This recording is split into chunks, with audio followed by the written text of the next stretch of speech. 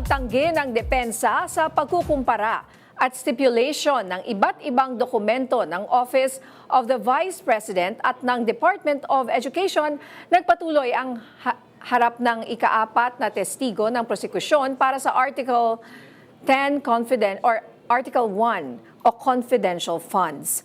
At live mula sa Senado, may umarangkadang balita si Angela Babad. Angela.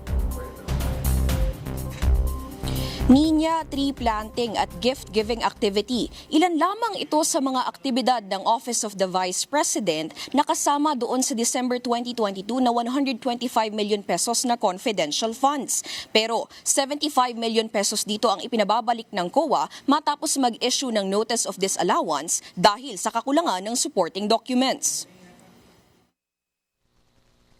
Ito po kasing listahan na to sinabit nila as proof of success of information gathering to support the payment of rewards.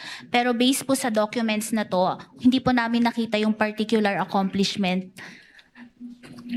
Kasi under the joint circular po, meron pong portion doon na hindi po pwedeng gamitin for reimbursement yung pondo ng confidential. So prospectively lang.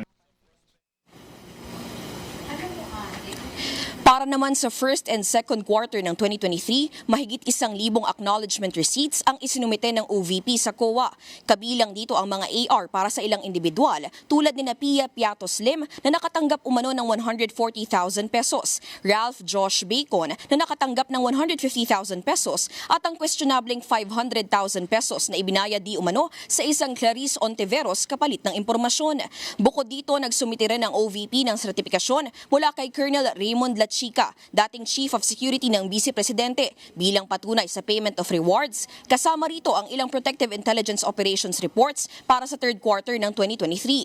Sa kalagitnaan ng pagsusuri ng mga dokumento, sinabi ni Del Campo na sa nakaraang pagdinig ng House Committee on Good Government and Public Accountability, mismong si Gina Acosta, dating Special Disbursing Officer ng OVP, ang nagkumpirmang ibinigay niya ang confidential funds kay La Chica, bagay na labag umano sa mga panuntunan ng Joint Circular. Dahil dito, sa ikalawang pagkakataon ay muling nag-issue ang COA ng Notice of Disallowance sa OVP para sa first hanggang third quarter ng 2023 na nagkakahalaga ng 261 million pesos. Ang una po is yung kanina pong nabanggit ko na yung directive ni BP Sara na ibigay ni Ms. Gina Acosta yung cash advance for CF kay Colonel La Chica, which is violation of under 6.1.1 of the joint circular.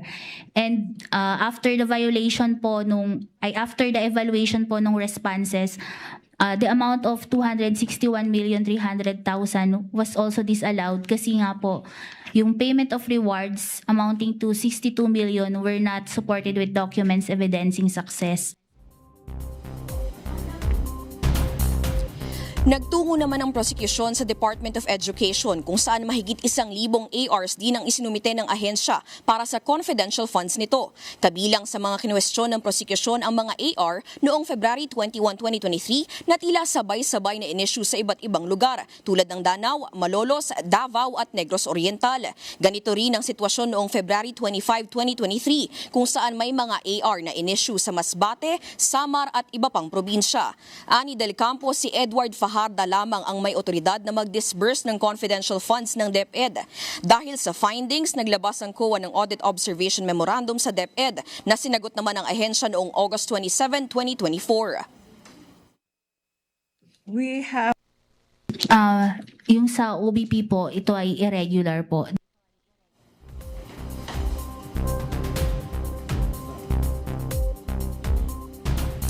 Ninya, bago nga nagtapos ang paglilitis ay iminungkahi ni Senator Judge Mig Zubiri na ilipat ang impeachment trial ng 3 p.m. Pero ayon kay Presiding Officer Cheese Escudero, kailangan muna itong pag-aralan bago ipatupad. Ninya? Maraming salamat, Angela Babad.